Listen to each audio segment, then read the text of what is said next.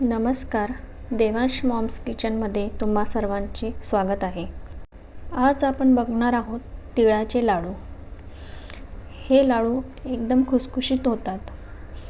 आता आपण त्यासाठी लागणारे साहित्य बघूया. 1 वाटी पांढरे तीळ व 1 वाटी किसून घेतलेला गूळ घेतलेला आहे. अर्धी वाटी भाजून घेतलेले शेंगदाणे, 1 चमचा साजूक तूप व वेलची पावडर. आपण आता कढईमध्ये पहिले तीळ भाजून घेणार आहोत. तीळ आपल्याला व्यवस्थित भाजून घ्यायचे आहे. तीळ भाजत असताना सतत हलवत राहायचे आहे. तीळ आपली खरपूस भाजली गेली पाहिजे. तीळ लगेच भाजली जाते. तिळीचा तळतळ आवाज आला की समजावं तीळ भाजून झालेली आहे. तीळ भाजून झालेली आहे. आता आपण एका ताटात काढून घेणार आहोत व भाजून घेतलेले शेंगदाणे आता मी मिक्सरमध्ये जाडसर कूट करून घेतलेला आहे. तुम्ही बघू शकता शेंगदाण्याचा कूट मी इथे थोडासा जाडसरच केलेला आहे. आता आपण कढईमध्ये 1 चमचा साजूक तूप टाकून घेणार आहोत.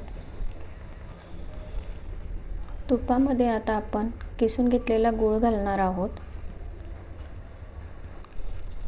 गूळ आपल्याला हा मंद आचेवरच हलवत राहायचा आहे व त्याचा पाक करून घेणार आहोत आपण. आता गुळामध्ये मी येथे 2 टेबलस्पून पाणी टाकणार आहे. गूळ आता विरघळायला सुरुवात झाली आहे. आपण त्याला सतत हलवत राहणार आहोत. अशा प्रकारे आपण गुळाला व्यवस्थित हलवून घेणार आहोत.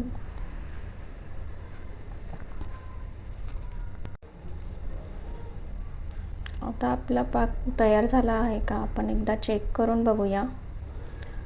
गुळाचा आता कलर थोडासा चेंज झालेला आहे.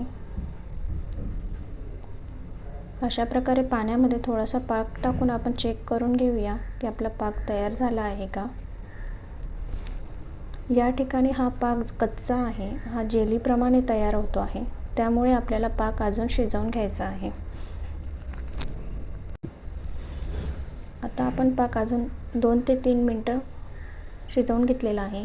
आता परत आपण चेक करून बघूया. अशा प्रकारे पुन्हा आपण पाण्यात टाकून 1 सेकंदासाठी थांबून गोळी तयार करून बघणार आहोत पाकाची. येथे व्यवस्थित असा थोडासा कडकसर पाक तयार झालेला आहे. हा वाटीत टाकून बघितला तर आवाज येतो.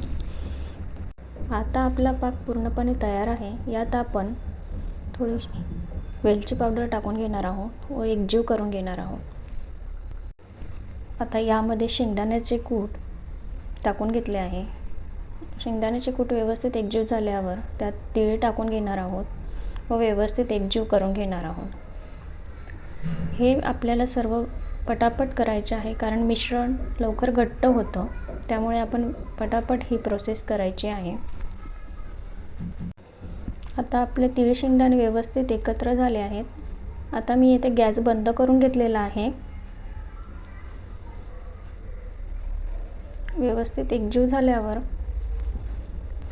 तुम्ही बघू शकता मी येथे गॅस बंद केलेला आहे. आता आपण हे मिश्रण खाली उतरवून घेणार आहोत. आता आपण हाताला थोडे तूप लावून लाडू बांधून घेणार आहोत. हे लाडू आपल्याला हे मिश्रण गरम असतानाच बांधून घ्यायचे आहे. तुम्ही जर जास्त प्रमाणात लाडू करणार असाल तर एका पातेल्यात गरम पाणी करून मिश्रणाची कढई त्यावर ठेवावे म्हणजे हे मिश्रण गार होत नाहीत. अशा प्रकारे आता आपण सर्व लाडू बांधून घेणार आहोत. तुम्ही तुम्हाला हव्या त्या साईजचे लाडू बांधू शकतात.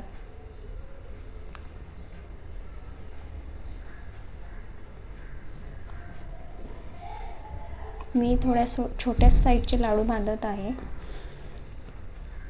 आता मी सर्व लाडू बांधून घेते.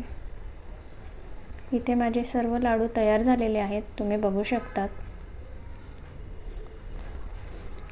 अशा प्रकारे आपले तिळाचे लाडू तयार आहेत. हे लाडू अतिशय खुसखुशीत होतात.